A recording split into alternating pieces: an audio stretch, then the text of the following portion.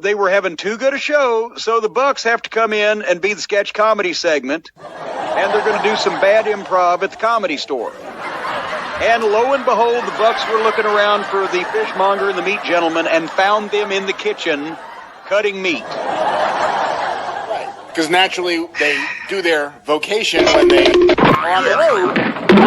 In the empty kitchen of the empty arena that they're fighting in.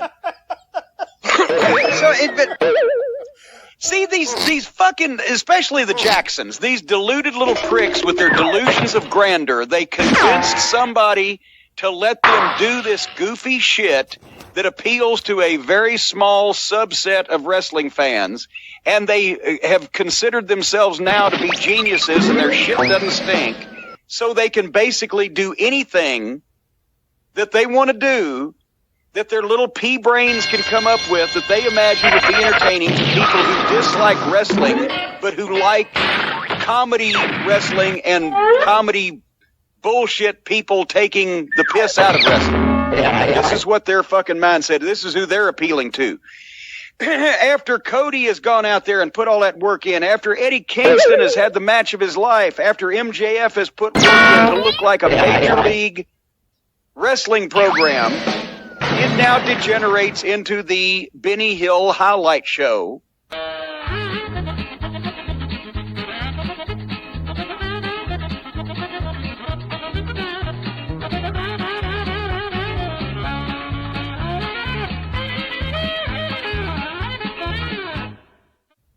The Young Bucks have been responsible for more stupid shit on that show than any other executive vice president or person involved with AEW. From the Dark Order, which is all them. They've been responsible for more stupid shit than anybody else in the history of wrestling. They are on par with Shitstain's entire catalog of 20 years of work.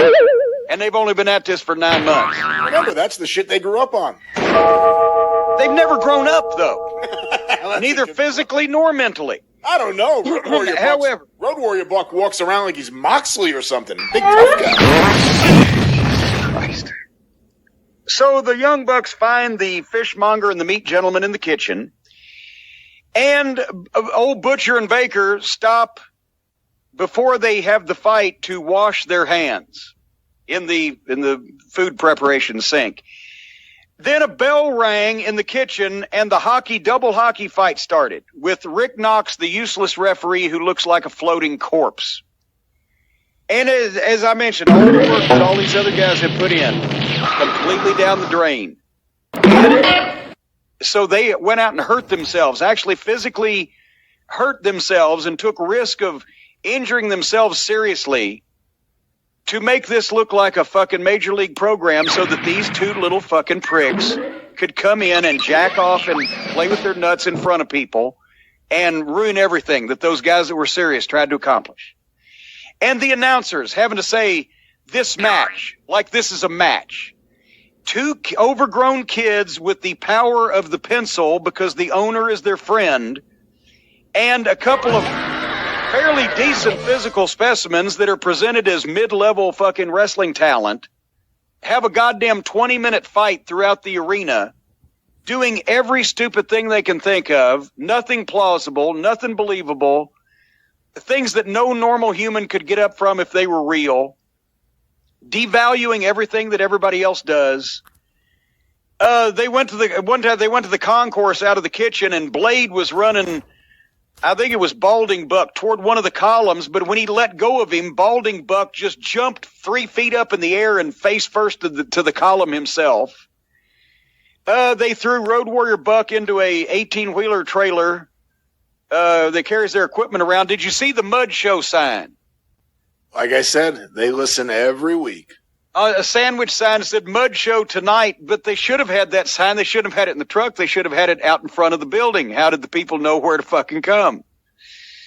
They did bad outlaw location fighting, as everybody does these days. Road Warrior Buck came off the concession stand with a butt drop onto a cookie sheet onto the Butcher, who was laying on a table and couldn't even break it.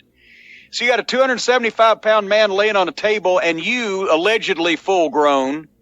You are full grown, Matt. You're as grown as you're ever going to be, so it's full, but it's still not very impressive.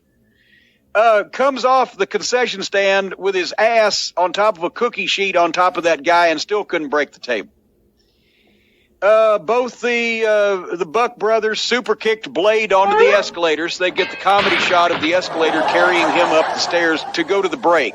That's the way they went to a break, not with action or a cliffhanger that you couldn't afford to look away, but a fucking heel comedically knocked out by two small children and riding slowly up an escalator. That'll keep me hanging on for more. They came back from the break and they were actually in the arena for the first time, taking bumps and doing moves I wrote that destroy everybody else's hard work and credibility. Stuff no one should ever survive being done by middle-aged school children. They pulled out a bunch of tables and chairs. Did you see Blade run full length across the ring, dive over the top rope, do a somersault? One of the Bucks moved, and Blade was supposed to go through a table that was leaned up on the barricade and went right past the table and busted his ass bigger than Christmas on the floor. I don't know how he got up from it. Just 2 feet to the right too far. How did he miss the table that was 3 feet wide that didn't move? They spent forever on the stage doing all kinds of stupid shit. Then the Young Bucks double splashed the Butcher and Baker through tables by coming off the top of the entrance set. And thank God it was over with. This was some of the most unbearable, offensive garbage wrestling I've ever seen, and some of the most self-indulgent horse shit from people who would never even be allowed to be on a television program at this level, much less do the shit they did if they hadn't fucking hypnotized the fucking billionaire Mark owner. So there you had it. Son of a billionaire. All right, well, there you go. For the record, it's not his money. All right. Anything else to say about that on your end? We've still got a ways to go. No, I didn't like it. I think the Bucks are the most overrated tag team of all time. I think in general they just suck. Their match layouts suck. Matt Jackson, Road Warrior Buck, acting like he's the tough guy is the most ridiculous thing in wrestling. I like having my balls hammered into the step stool. All right. Anyway, back in the back, Officer Brody Lee, and Colt Cabana come out to the stage with the rest of the fucking dork minions. And Brody sleepwalks into the ring and does one of those monotone auto-answering voicemail recordings. You have reached 456-78910. Please leave your message for Brody after the tone. Anyway, this is the worst promo on any pushed human being in the history of wrestling. A jobber crew attacks Adam Page, and FTR make the save with a styrofoam cooler. And they hit the heels over the head with it, and the ice and the beer falls, and the heels run off.